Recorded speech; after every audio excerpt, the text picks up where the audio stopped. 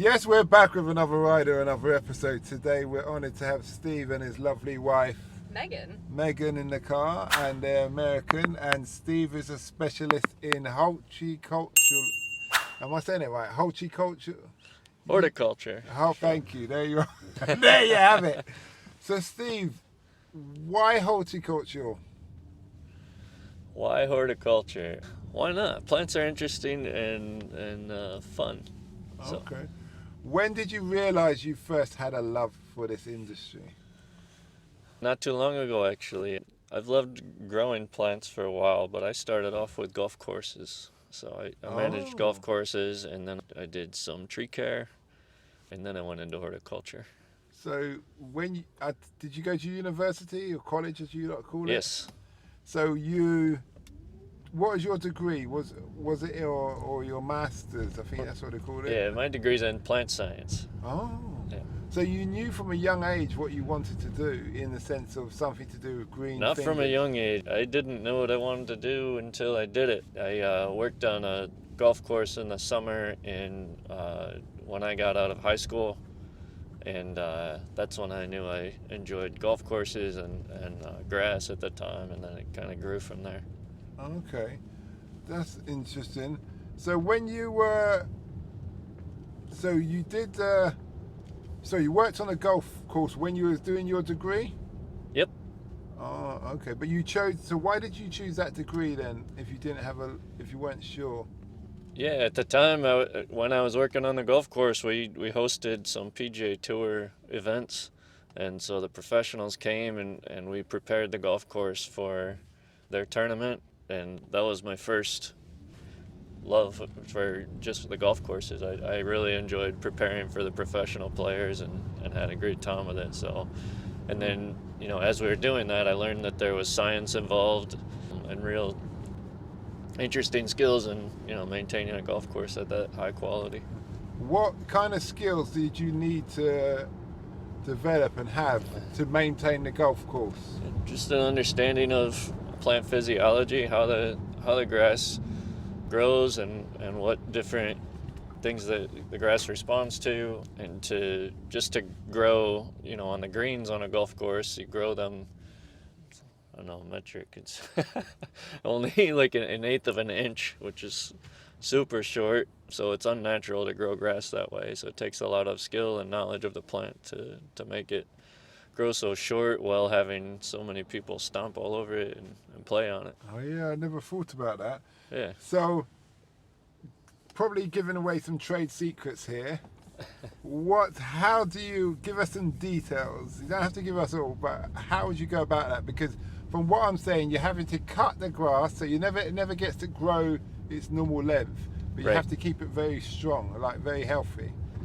Yep, every day. And if you're caring for greens for professionals, sometimes it's multiple times a day you'll cut the grass. Just to keep, if the grass grows just a little bit, the speed of it changes. So when you're putting on the surface, you want that speed to be nice and consistent. Sometimes you'll cut 2 times in the morning just to get the speed consistent all the way across. That means you'd have to trim the whole golf course at least twice. Oh, just the greens. The rest of the golf courses, so that's another interesting part of golf course management, is there's different heights of grass all the way across the golf course. Really? Depending on which part of the course so you have tees, fairways, and greens, and then different golf courses are different, but you can have as many as 5-6 different heights of grass throughout the course, depending which part you're playing on. So you've got a gauge going round checking the height. No, you would change the height of the mowers at the maintenance shop. So, so in the case of the greens, those are real fine measurements. So you have specialized tools to make sure the greens mowers are cutting at the perfect height. Those are actually reel mowers. So they have a reel instead of a big blade. Are you familiar with David Attenborough? Yes. Okay, I saw one of his documentaries, and he said there's over 1,000 different types of grass. That's true? Yeah. Okay. So, on the golf course, is it just one type of grass you use? Some golf courses only have one type. The ones that I worked on would have 2 or 3 types of grass at least. So the ones I worked on were bent grass, bluegrass, and then annual bluegrass. What is the most common grass to be used for golf courses? Where I'm from, bluegrass is the most common. So we would use Kentucky bluegrass and annual bluegrass. Annual bluegrass is kind of a native grass. I believe it grows over here too. More or less a weed, but you can take the maintenance of golf course greens. If you want to cut it that low, it'll take it. And then the newer golf courses use a lot of bent grass, which I don't know if that's used over here or not. Now, golf is an expensive sport. Very. Now I understand why. I do, because if you're cutting grass every day, Yep. twice a day, Yep. there's no days off. Right. Is that right? If you maintain golf courses and you want to do it at a high level, it's a lifestyle. It's not a normal job. It's more like farming. Oh yeah, I didn't think about that, innit? Yeah. Farming is every day. There's no day off with farming. It's like you just kick the wife out of bed. Go on, your turn. I've had enough. Yeah, I never thought about that. It's Yeah, 20 no, the grass, I mean, that's the same with any job that's associated with plants has that to an extent because the plants keep on growing. So they need constant attention. So if you need a day off, the plants don't take that into consideration. They just keep on going. Now, do you have to water the turf as well, or is it an environment where you can just manage it in another way? Yeah, no, you have to water it a lot. Actually, that's another expensive aspect of high-end golf courses. They have very extensive irrigation systems, and then if you want to grow your greens really nicely, a lot of golf courses hand water those. Okay. So it's So- pretty intensive input, especially in the summer. So you have embedded hose pipes. Yes. That just have heads that you come fix on. Yep. And then turn it on, and then take out the head and put a plug in. Yeah, I'd say 90% of the golf course, that would be the case. And then on the greens, usually you do it by hand, just for that extra control of the inputs. How many holes on a golf course? 18 on a normal golf course. And every hole, how if on a normal 18 golf course, what would you say is the area of the whole course? It varies quite a bit, anywhere between 100 and 200 acres. Really? Yeah. So you need to water that. Yeah, it's a Every lot of day. water, a lot of... Is it like fresh water, or it's not seawater? It's Yeah. fresh No, water. it's fresh water. The seawater would damage a lot Yeah. of grasses, but a lot of golf courses will have at least a pond on their property to hold water So that you basically would pump from for you're the irrigation. cycling from the pond, Exactly. and the water goes down to the water table, hits the pond again. Exactly. So that's why you have ponds dotted every so often to keep the. Yeah. But are there ponds? They're man-made ponds, so surely the water just. Yeah, again, depends on the course. The ones I worked on had handmade ponds. Yeah. Okay. There's a lot that goes in it. Is there any questions that I'm not asking that the audience would want to know about golf course? I mean, I could talk You're- all day about You're golf doing courses. a sales pitch here, really, to say why people should pay high membership. Well, I mean, the cost is kind of inherent in the work necessary to maintain the courses.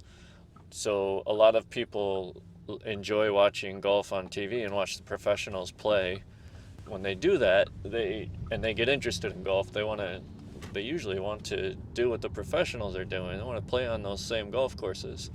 Well, to maintain a golf course at that level requires a lot of input, a lot of highly skilled people, and a lot of money. So if you want to pay to play on a golf course like that, it's definitely going to cost a good bit of money. It's just the reality of it in order to maintain them at that level. Yeah. So that's why you'll see the difference. In a lower cost golf course, you're going to get a much lower quality playing field, if you will. And some people don't mind that. So, big question, $1 billion question. Did you see Tiger Woods on your golf course? Or anybody super famous? I only know Tiger Woods, by the way. To play on the golf course? Yeah, did you ever see Tiger Woods come on your golf course? Yeah, Tiger Woods came and played our course. We had the best in the world on a couple of courses that I played at and worked at. So yeah, I worked one event in New York, Bethpage, which it's actually a public course, but a world famous golf course, and it was a playoff event for the PGA Tour. So all the best PGA Tour players in the world were there for that event. So talking about your degree now, so obviously you're getting experience on hands managing the golf course, which is great and coincides with your degree. Yeah. But was your degree more practical than practical things like outside, like hands-on, like a nurse would be in training, more than theoretical? I mean, it was actually mostly in the classroom, but there's definitely some, they call them labs. There was outdoor hands-on work too to pair with the classroom work, but there's plenty to learn in the classroom too.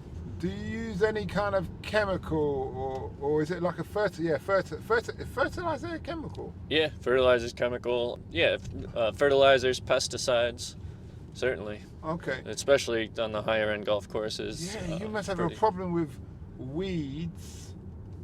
Yeah, you must have to be constantly manage. Yep, weeds for sure. Yeah, I didn't think about it. And do you have moles? We have moles in England. You know moles? Yep. Do they come up on your golf course?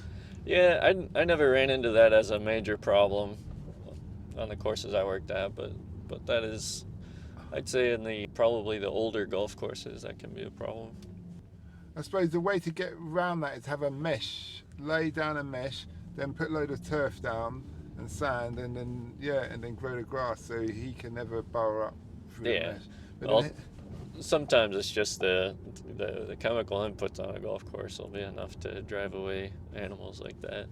So not that you're trying to do that purposefully, but it just works out that way.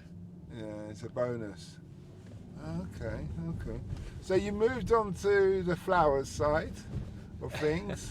Is that the correct terminology? It's the flowers, yeah? Yeah, I went to the tree care industry after golf courses, and that gave me some experience with arboriculture and trees, climbing trees, and so you got a license to chop trees down and everything. Yeah. You know, the chainsaw man. Yeah, certified arborist. I'm not a big tree removal guy. I like caring for trees from a pruning standpoint, keeping them alive and how does healthy. that make sense when you prune a tree that you're caring for it?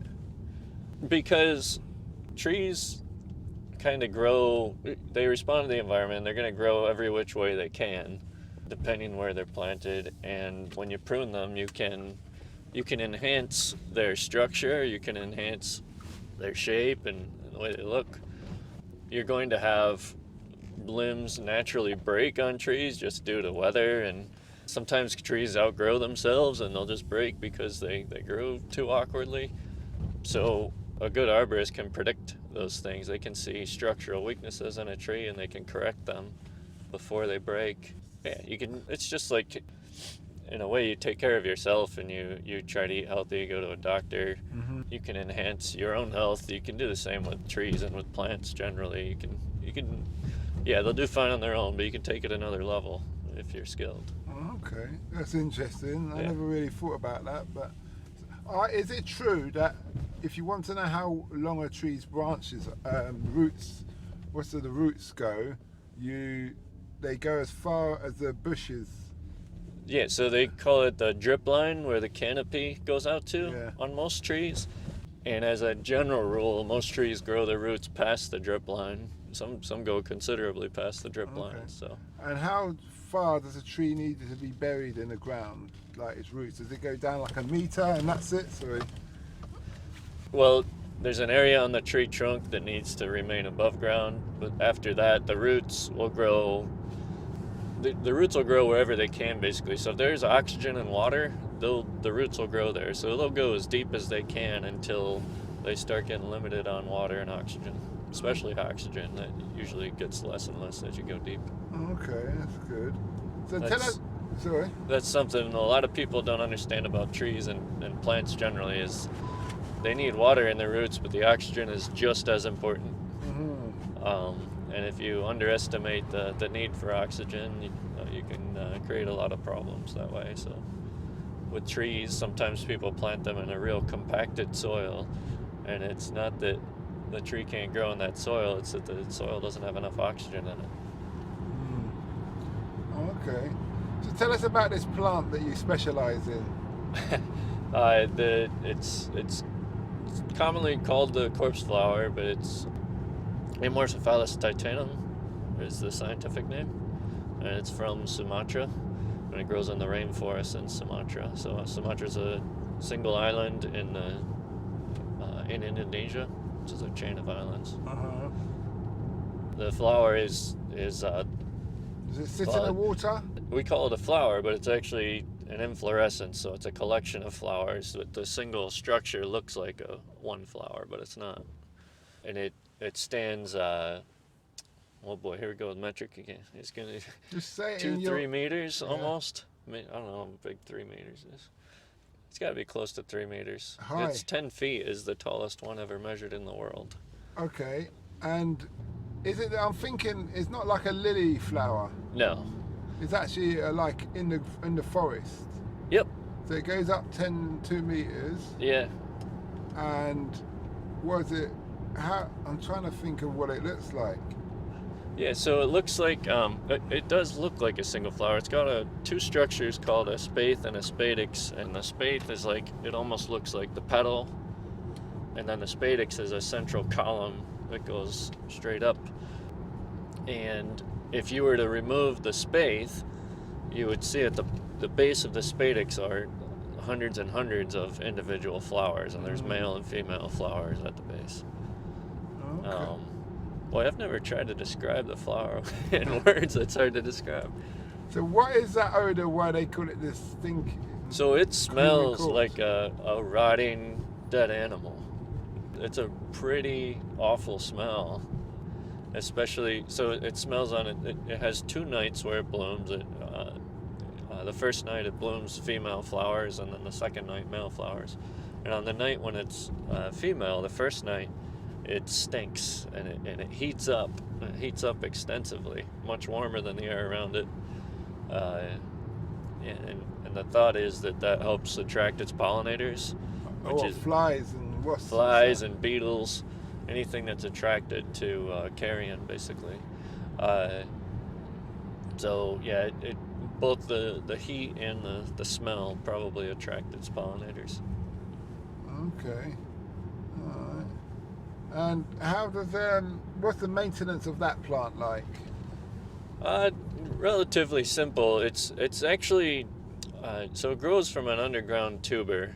So it's like a bulb or a potato. So the wait, stem, you put an underground. You put this bulb in the ground. Yeah. Okay. Yeah, that goes underground, and then from that it'll grow a single leaf at a time. The leaf can get as big as a tree. The leaf looks like a tree itself, but it's a single leaf. Okay. Very big. And then when the leaf is not growing, it senesces, the inflorescence will grow from that same point underground. But it's really just water and fertilizer regularly, and the only tricky part to growing it is when it's in between growth stages. You have to be very careful not to introduce rot to it. So introduce rot. yeah, so when it goes dormant, when it's in between growth stages, the stem itself is very susceptible to rotting, and that's because it's got no protection to it. It's just a kind of a fleshy stem material. So there's all sorts of bacterial, fungal pathogens that can attack it while it's not actively growing. Yeah. Okay. What have you learned from the whole horticultural industry that you wish you knew when you started? Well, I wish I knew about it at all when I was younger. I didn't know anything about horticulture really, generally. If I had known about horticulture and plants generally, I probably would have gotten into it at a much younger age. But just the diversity of plants worldwide is super interesting, and I've learned a lot in a few years about the plant world. But again, if I had known about it more extensively when I was younger, I probably would have been much farther down the road in what I've collected so far as knowledge. Okay. What does the future hold for you? I'm sorry? What does the future hold for you? Oh, geez. So I'm supervising a team of horticulturists right now. They grow a large collection of indoor plants, and I'm working very hard to improve our collections and just learn as much as I can. I'm having fun with growing the corpseflowers myself and learning all I can about those because they've never really been observed scientifically in nature. So there's a lot to learn about them still, and I can do some of that in the greenhouse. But I hope one day to go out and study them a little bit in the forest if I can. Mm-hmm. They're just fun. There's other plants too along those lines that are big and charismatic that I'd like to learn about. Okay, that's good. And to Meg, the lovely wife, how would you describe his profession, his love of plants? Actually really important because it's how we met, so that helped. But yeah, I think that Steve represents intellectual curiosity of plants, especially among those who care for them, because not just people who study them in school, which Steve did, but you don't have to just go to school and study plants to be really into them. You can take care of them and observe them and learn so much, which I think all of our houseplant crazed friends understand, right? They're really learning about plants. That's what it is. So yeah. That's a good point there. And quick question. One is, how did you two meet? And the other question is, are you one of these households? I went in this woman's house one time. She had 94 plants in her house. And she even had plants in the bathroom, which were wrapping around the toilet paper, which I thought was a bit, I'm not sure, you know. But yeah, do you have lots of plants in the house? We do. I would estimate like 40, but funnily enough, he doesn't take care of them. I'm the one that takes care of them, so he doesn't bring it home. Okay. And how did you two meet then? Well, we met my work, and Megan was volunteering one day. We happened to end up on the same project, and so that's where we met. We got along real well, and we talked plants the whole time, and I don't know, just hit it off. Okay, then. Well, thanks for the interview. Thank you. We wish you well. And before you go, just a quick one. What do you think of London? I love it so far. It's interesting to me. I've never been to Europe at all. In London, it feels very old, which is interesting to me. There's a lot of there's an obvious amount of history here, and you know, I'm very obviously accustomed to American history, and some of that stretches further back. If I come into London, I get to extend that even further back. So it's very interesting to me. I have a brother-in-law from England, so I've heard a lot about the country here, and I'm just enjoying taking it in. Okay. Well, my last question is, what can London learn from America, and what can America learn from London?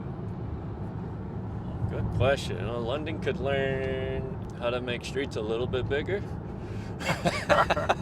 It is 2,000 years old and built for horse and carts. You know how many houses had to be demolished to build this road? Yeah. Go on. Anything else? I think so far I've enjoyed how it seems very relaxed here, which I wasn't expecting, and America could sometimes use a little bit more relaxation. We have a very fast-paced life, and I don't know if that's the wrong impression so far, but I feel a little bit more relaxed here, being in such a big city, and people seem very friendly, and it's nice. Have you been to Kew Gardens? Not yet. You need to go to Kew Gardens, my friend. No doubt about it. You can't be here and not. We used to have the biggest greenhouse in the world, and that was in Hyde Park. Yeah. It used to stretch more or less the whole length of one section of Hyde Park. Yeah, I don't have any colleagues that I know at Kew yet, so I'm hoping to begin that relationship. I'd like to meet some people who do what I do, and get to know their operations here one day. So I hope to make a professional visit too one day. Well, if you check out that podcast I did, I can't remember his name, that guy, you can say, oh, I just heard your podcast, because his details should be at the bottom. Sure. So yeah, it's very interesting. I'm a horticulturist as well, and see where you take it from there. I don't know. Yeah, you could end up on that big project in Texas or wherever it was. It's going to be 100 million. Look at the wife's smiling. We're not moving to Texas, but it's okay. We're not moving to Texas. Well, what's wrong with Texas? Oh, we're not authorized to speak on that. Okay, fair enough. Well, thanks a lot for that, and we wish you well. Thank you. We hope that episode enhanced your life. We post an interview every day, as well as vlogging on our social media channel. Don't forget to subscribe to get our latest episode.